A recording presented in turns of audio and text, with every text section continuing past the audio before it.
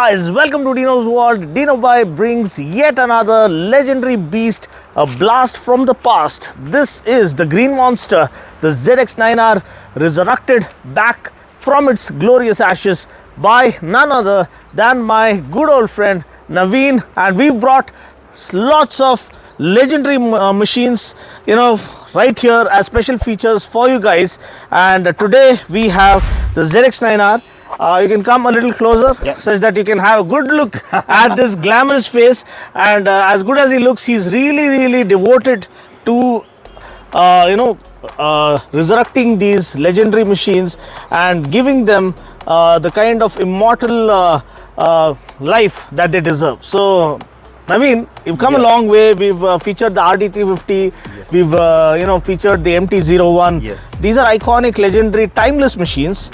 This is yet another machine, a proper successor to the GPZ900, which was ridden by none other than Tom Cruise in the first Top Gun. Yeah. And he's a Top Gun fanboy himself, and so am I, and who isn't?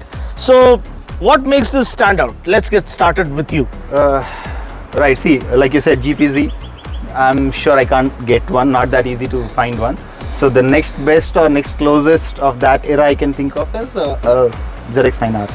And very fortunately, I would say, this is in my parking lot for quite a long time. This is owned by a friend, and Mr. Jaggu. So through Jaggu, I made a deal and got this for myself. You and Jaggu remind me of Chris Tucker and Jackie Chan from Rush Hour. I'm sure he'll be laughing at that. So both of you complement each other. You guys have fun together, yes, and ultimately you celebrate the spirit of motorcycling. Absolutely. Hats off and salute to both of you, and thank God that you always think of me to feature these iconic machines, which gives me a lot of satisfaction that okay, I'm achieving something, and finding some kind of respect with people like you means a lot to me. So run us through the journey as to how you picked up this machine, in what state it was, and now how you struggled to restore it to its matchless glory that it is today. And you have to see my ride review to understand the screaming nature of this machine, and unadulterated. It's like pure metal music, right? From Guns N' Roses. You remember Guns N' Roses? So this is like pure metal from Guns N' Roses. It just gives you that eargasm, orgasm, whatever you want to feel it. But this thing is unlike anything. Like weighs 186 kgs, right? Yeah, 183 kgs. Okay. And 143 horsepower. Yeah. See, this is a 23-year-old bike. Looking at the age, you don't feel that it's a 23-year-old. So this is a 2000 model. This is a 2000 E1 edition. Okay, so it for those who aren't aware, it comes in B series, C series, and now E and F. E and F. Okay, Yeah, so E and so F. this one is the E series. E series. So there's nothing much in terms of E and F to be differentiated. They're pretty much same. It's just that minor changes in color scheme. Okay. So that's one thing. The major thing that... So I think the earlier B model, they made this lighter and faster. Yeah, so the wheels are lighter. The engine block is complete aluminium. Okay. This is 143 bhp. Okay, so a 10 bhp 10 increment. bhp increment, but again, less weight. The wheels are lighter. Okay. This has better suspension, better forks. Okay. And this is the first motorcycle to feature a throttle position sensor on a carburetor. So those who are not really aware of, this is a carbureted vehicle. Yeah. It's not fuel injected. So that allows us to celebrate the old bikes or the machines of the yesteryears that have gone missing, that are almost extinct, but people like him bring them back, back to life. Yeah, now if you look, even a moped, a 50cc moped or 100cc moped is a fuel injected one. So that's one thing. And again, and you said it still has a fuel pump despite being a carb? Yeah, so this is a gravity fed 40mm carbureted motorcycle. Okay. However, it still has an auxiliary fuel pump to supply fuel to the carburetors, because at high RPMs, it might lack fuel supply if it is just gravity fed, if it is just flowing by pipe. So there's a little pump there. So that is one pump that we upgraded as part of the journey, I would say. Okay, in what shape was it, and what all parts have you added on to restore it to its normal self? To be very honest, the paint is intact. I've not painted the bike. This is all original from Kawasaki. And the quality is still amazing. I mean, I really like this purple shade. I mean, I'm sure you guys won't be able to make justice over a video, but I'm sure you can for the quality he's gonna make. Okay. The pearls you see is very good in this. Okay, you can have a look Maybe, at the purple this thing as well. Then maybe The front end is far more aggressive and it looks like a raging bull, ready to be unleashed. Yeah. It has dual ram air intake as well, right? This features dual ram air intake, 10-liter airbox. Okay. So these are the two ram air scoops. Okay. And apart from that, if you look at the brakes, maybe you come a little closer here. So this is one of the first motorcycles from Kawasaki to feature a 6-piston Tokiko caliper. Okay. So here again, I've not gone for stock pads. I've gone for SBS racing pads. Okay. So that's one thing. And this motorcycle doesn't have any traction control, no ABS, no safety Raw. features. It is pure machine and you. So that's one thing. And okay, the only thing that I have painted on this entire bike is the rims, both front and rear. Very fortunately, I got this bike done by Jangir and his brother. Amazing place where I actually got this thing done. They've matched my paint the way I wanted. Okay. So I'm happy with that. And this is a full system exhaust? Yeah. So this features, this is one of the first motorcycles again from Kawasaki to feature a full titanium system from headers and from factory. Okay. And yeah, he can come and focus on this.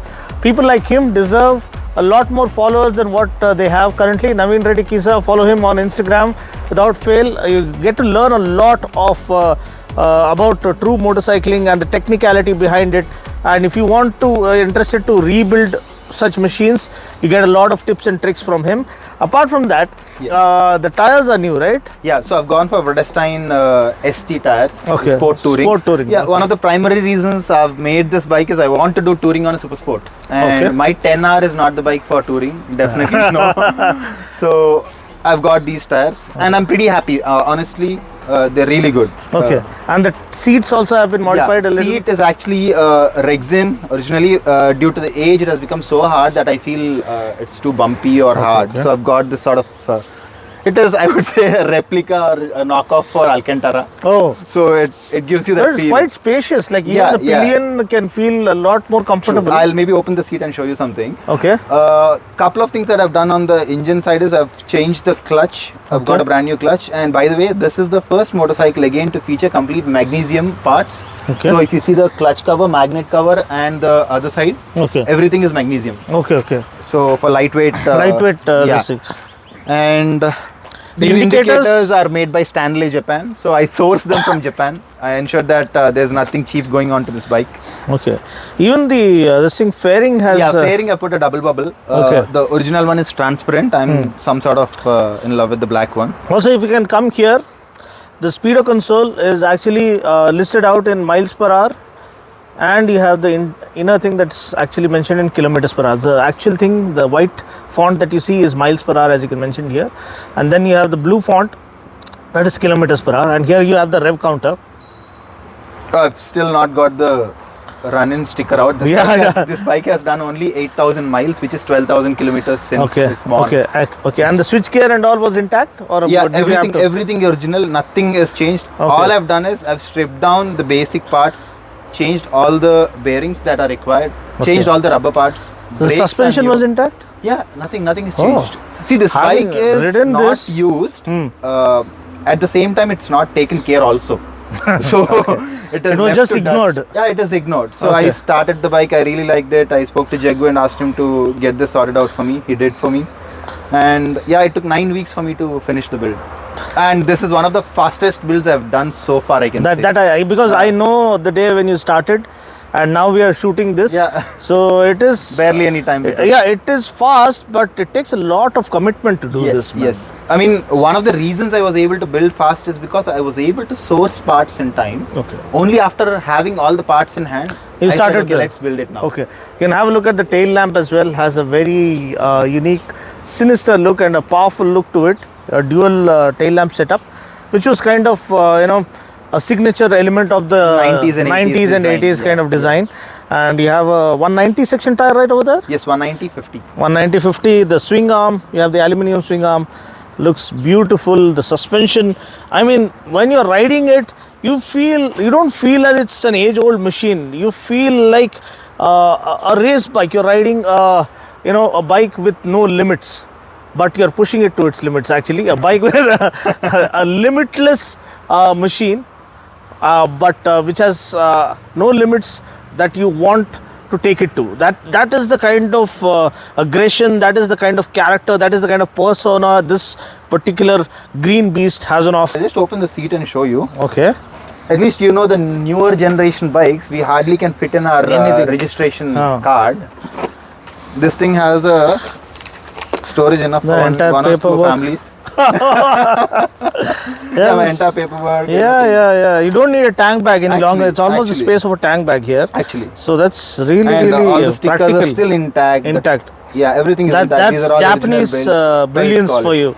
And kind of quality. if you recall, where have you seen this? Oh. In one of the newer generation motorcycles. Yeah, Dominar. Yeah, so I was Bungee like, cords. oh wow. Dominar did good research. I mean, Bajaj did good research. Okay, So it even has luggage It is straps. touring ready already. Yes. In fact, when they made this bike, when they started the ZX9R design, they wanted to promote this on a more sport touring end. Okay. For which they have got the seat little bigger, the clip-ons are slightly higher, so you don't feel very aggressive. When you're riding this bike, it's very relaxed. extremely relaxed. At the same time, it can go fast. Yeah, you can just tuck in and you can just blast across the straights. That is the kind of flexibility this machine has on offer.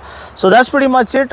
Price is absolutely priceless for this machine, and the kind of effort this man has put into, and it's not for sale, and it's something we're going to celebrate as Biker Brothers. Not only me but his friends and everyone, and you guys get to celebrate it by sharing it around and appreciating the kind of effort that has gone into this amazing build. If you like such kind of content and want to see more, stay subscribed, like and share this video such that people are aware that true motorcycling content still exists and true spirit of motorcycling still exists. So that's pretty much it. Thanks for watching. I'll catch you guys in the next video. Until then, take care, God bless, and ride safe. Thank you.